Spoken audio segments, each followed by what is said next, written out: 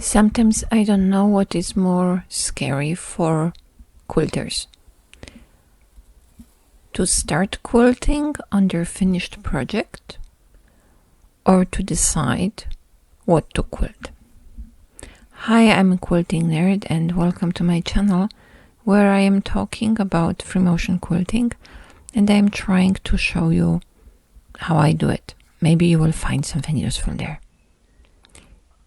Today I took one of the patchwork blocks I made several years ago.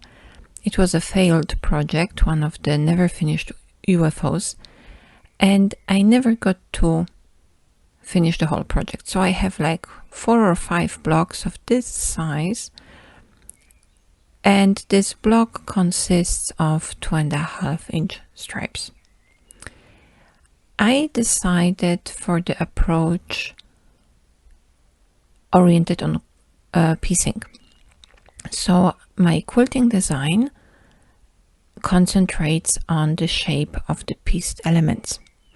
And in this case, I am choosing this very long, narrow stripe that is the beginning of my block. And I start with echo lines, just to separate it better from the other parts, from the other elements of the block. That's one of the many strategies you can take, and probably we will address some of them in the next videos. I have many plans and many ideas. So we have this narrow space and we have to fill it in something that is continuous and can fit into it. So in such case, what we can do is for swirls, they will be all oriented in the same direction, centered in the narrow stripe, but not really touching the sides. As you can see, I am not extending the swirl from one side to the next. And all the swirls are turning into the same direction. They are rotating into the same direction. I just repeat the same pattern over and over again till I fill my whole space. These are the pointy swirls, so I am stopping and then turning back. In contrast to the other lazy swirls I showed you several videos ago. They are the nice, elegant swirls, and I am actually trying to make them as separate circles. So they are circles almost touching and then filled with this swirly shape inside. That's kind of an illusion that it's created there. You can adjust the size so it fits nicely. So we have only the whole swirls, and you can see the last one is a little bit smaller than before, than the previous ones. And I'm using echo line to fill the remaining space and encapsulate the swirly shape. It makes it as a closed unit which fits with the design concept that I have, because every element of my pieced block will be quilted with different pattern. You can repeat it in different elements of the block, no problem. But for me it was also the chance to see first how such high contrasting thread will perform on a block, not just on a solid fabric. And then also I can try how different quilting patterns I can try to fill those narrow spaces. And again, I am starting with quilting an echo line, so I am not quilting in the ditch. I am quilting with an offset. It is especially nice if you have lots of seam allowances coming together. Then it's nice to quilt with an offset, have an echo, a line instead of stitching in the ditch. And I can also practice my straight lines without using the ruler. And here I decided for square spiral, if I can use such words. So it's kind of looking like elements of a labyrinth. And it doesn't matter how often I am making this, I'm quilting this design, sooner or later I am always getting confused. The directions and the turns and when I should turn. Sometimes it's not working and then I have to backstitch or correct it a little bit. In this case I didn't take the stitches out when I made a mistake, and you will see that I was making mistakes here. The point was at the end it was not really visible. You had to look very, very precisely to see it, and I simply took it as a lesson that I have to concentrate a little bit more, and that's it.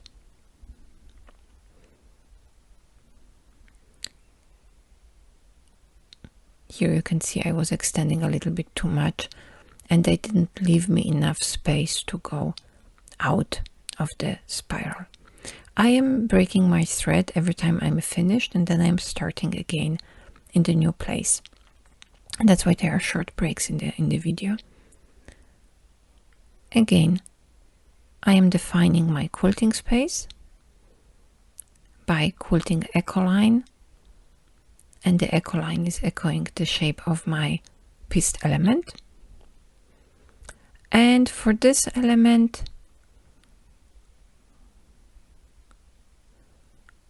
I am going with wishbone pattern or stretched 8 pattern. There are so many names for this pattern depending on who wrote the book. It's really very nice filler. It fits in many differently shaped spaces, and it lets you practice this nice fluid movement. So I like the stretched 8s quite a lot.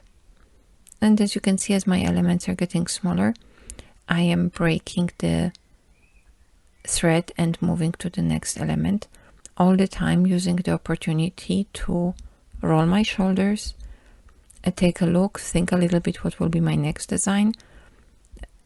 I admit I am improv quilter, so I am trying to think about what kind of pattern I want to have, and I always have a concept, and then I start, when I have my block under the machine, I start the way I want it, but after that I see that the next part will be not fitting, and I let the design kind of dictate what I will do.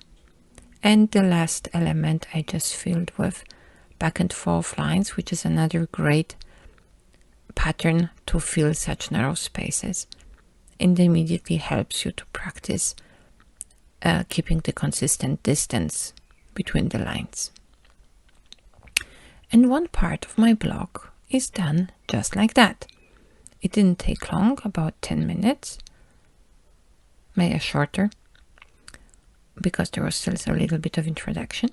Now I am just rotating my quilt, and I will repeat exactly the same patterns in the corresponding elements. So the longest element will get swirls, the next one will get this labyrinth maze-like structure, the square spirals, then the stretched 8s, and then the back and forth lines. This block is a little bit asymmetrical, so the elements have different length of different sides on different sides of the block. You will see that when we will move to the last one, but it doesn't matter. You will bring a certain kind of unity to the elements by quilting them with corresponding designs. Again, the nice echo. It helps when you look there where you want to go on the side. So I'm trying to keep my distance between the needle and the ditch, the seam, relatively constant, so then my line is straight.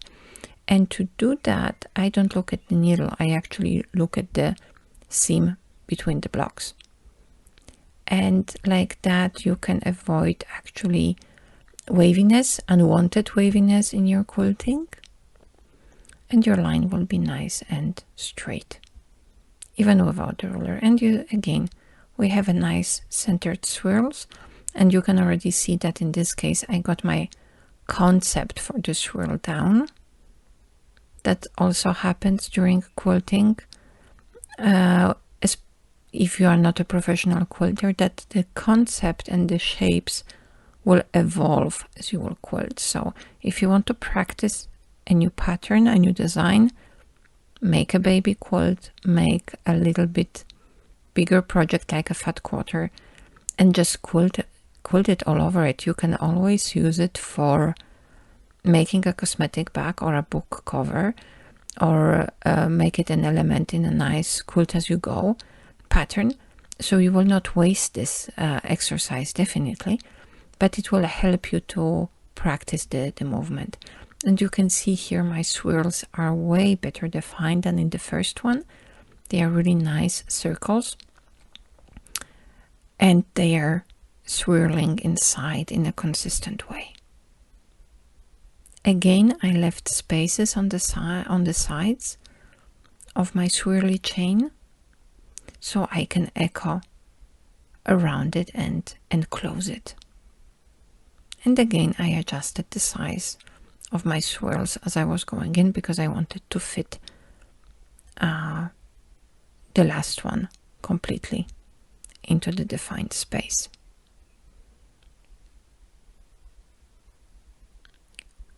Echo is always a great way to travel across your quilting space, so you can get there where you want. But it has also this other function, that it helps you to close and separate your design, your pattern from the others. And that's very important function in the whole design, to have it better designed so that the patterns are not merging one into the other. And again, moving to the next one. This time I left the elements of picking up the thread from the bottom, just in case someone didn't know how to do that. That's always sometimes problem for the beginner quilters, how to start. So you pull your bottom thread up, you stitch in place by sewing few stitches. My machine has an automatic function for that, but if your machine does not have it, you just move your fabric very slightly back and forth and make the first few stitches almost in the same place. In this way you are making a very nice knot, very tiny stitches, and your quilting will stay in place and will not fall apart. I didn't rush here anything, I took my time quilting it, so you can also take a look at the movements and try to repeat them later on your own, or just practice drawing.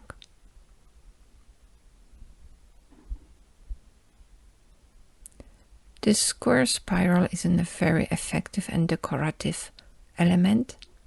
It makes me think about ancient Greece. I only get sometimes so confused when I quilt it. It's all about changing directions, and there is certain truth in the cliches that sometimes women confuse the right and left, and that may be a little bit of a problem. And I try to concentrate really very hard. For most of the part it worked very good. The square elements are very nice and consistent. You always have to remember to leave your way out of the spiral. As you can see here, I make already small mistake because the lines were not kept apart enough, but again I didn't stop, I didn't pick that out. It is almost invisible because the shapes are so similar and repetitive. If one looks slightly different, you will be not picking it out from the others because of the similarity in the shape. And then here I got completely confused at the end.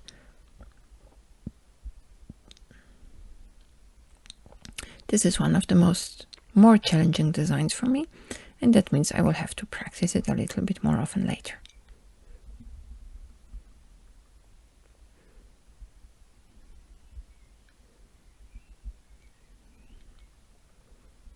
And now just short part again. I will be not showing you how I quilted the other remaining two parts of this block because it is exactly identical. In the next part of the video we will focus on how to fill the background. In this case I divided my block into this dominant center that demanded more attention in decoration. I selected a thread that was matching actually perfectly the green color, so when I will quilt on the green part you will hardly see the thread at all.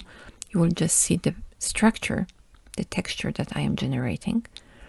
But the green on the red, it is high contrast quilting, definitely, but because the green matches in tone and intensity the color of the green background, it actually looks very nice, it looks very good. It doesn't matter that it shows up. In this case, that was the right choice for this thread. Of course, I could go with red thread for the red elements and then the green ones for the green, but then I would have to change the colors. Sometimes it is the desired effect. You don't want when you don't want the quilting to show, and when you quilt on domestic machine you always have the freedom to change the thread whenever you like. That's definitely one of the advantages.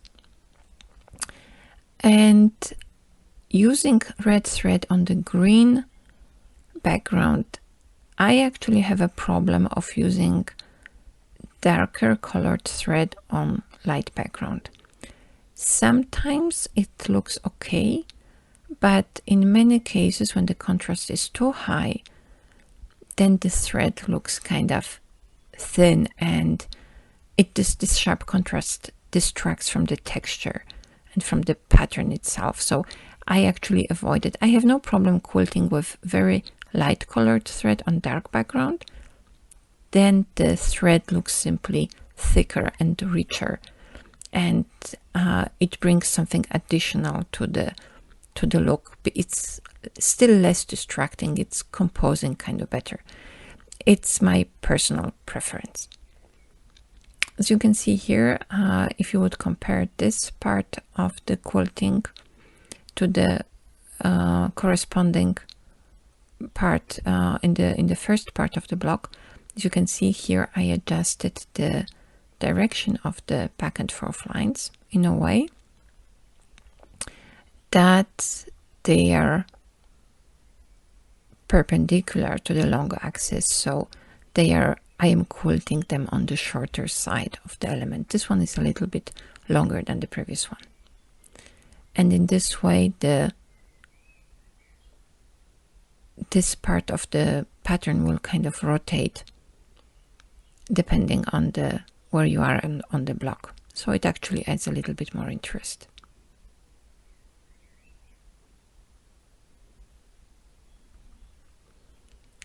So quilting pattern focused on piecing is one of the strategies. It may enhance the pattern and the structure of the block, and in some cases it's the right approach. Now that was the part number 2 done, I will be not showing you the remaining 2 parts because they are identical and that would make the video way too long. And now let's move to the last steps of the quilting, and then let's concentrate on how to quilt the green background. You can see here where I am already at my last steps. I simply wanted to show you the last part of the quilting process for this red center. simply so you can see the overall effect the quilting did to the block, how much more character it has. I liked it that I chose different design for each of the piecing elements, how it helped to define the red part of the block, the center of the block, much better, and still it brought some interest to this relatively easygoing, lightly patterned fabric. Especially the color of the thread helped, of course, additionally.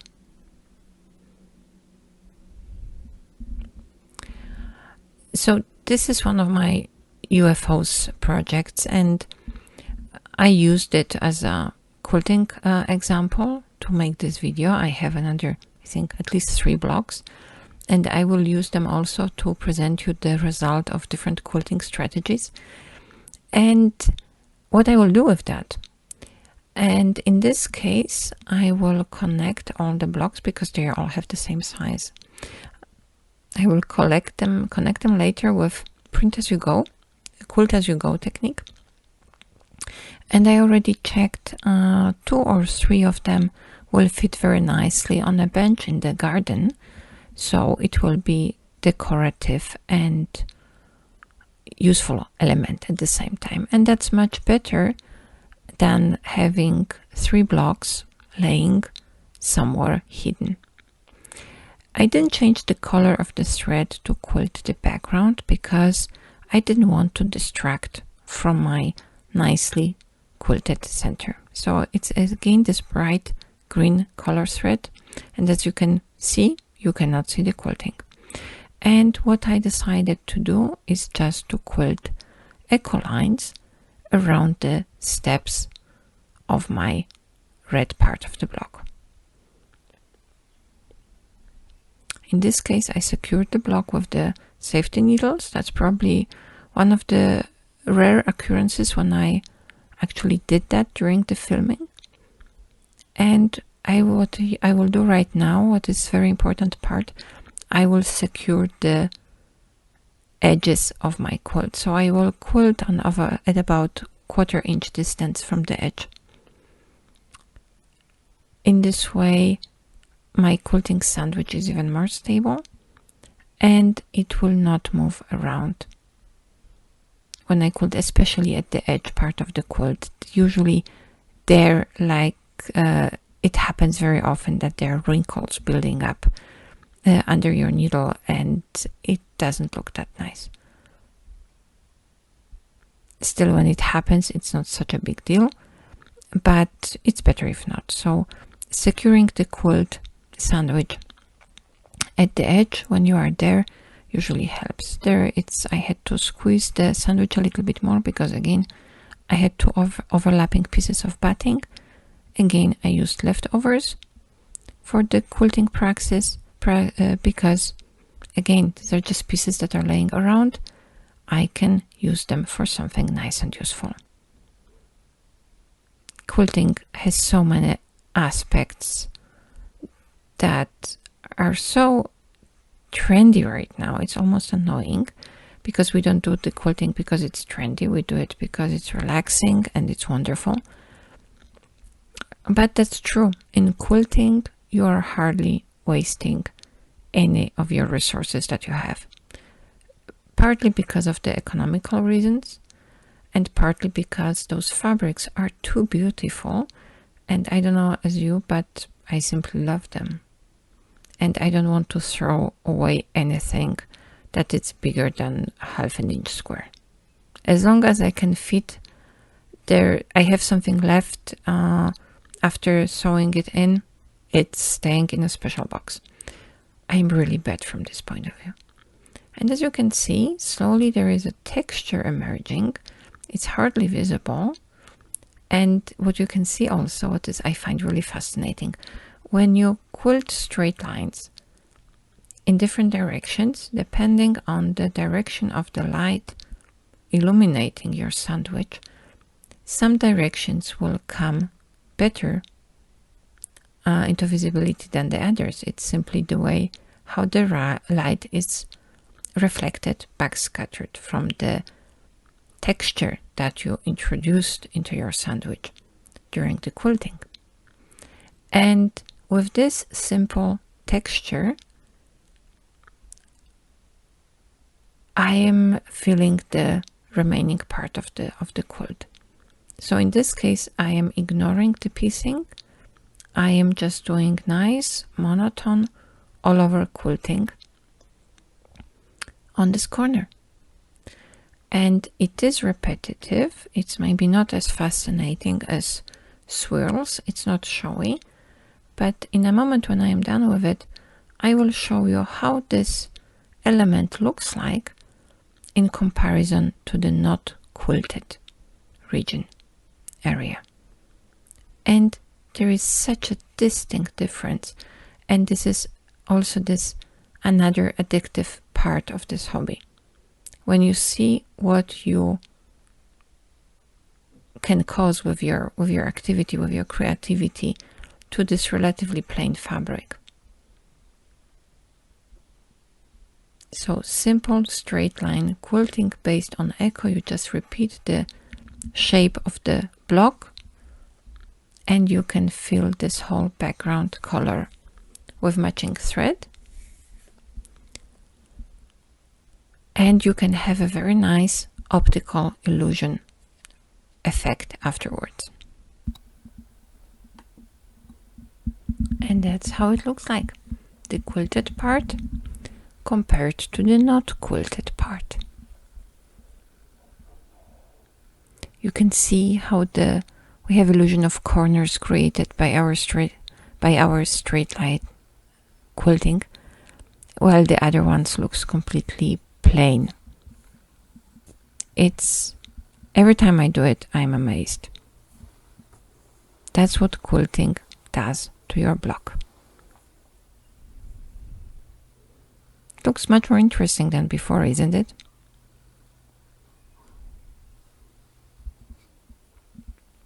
I hope you enjoyed this video. I hope I could show you one or other useful thing.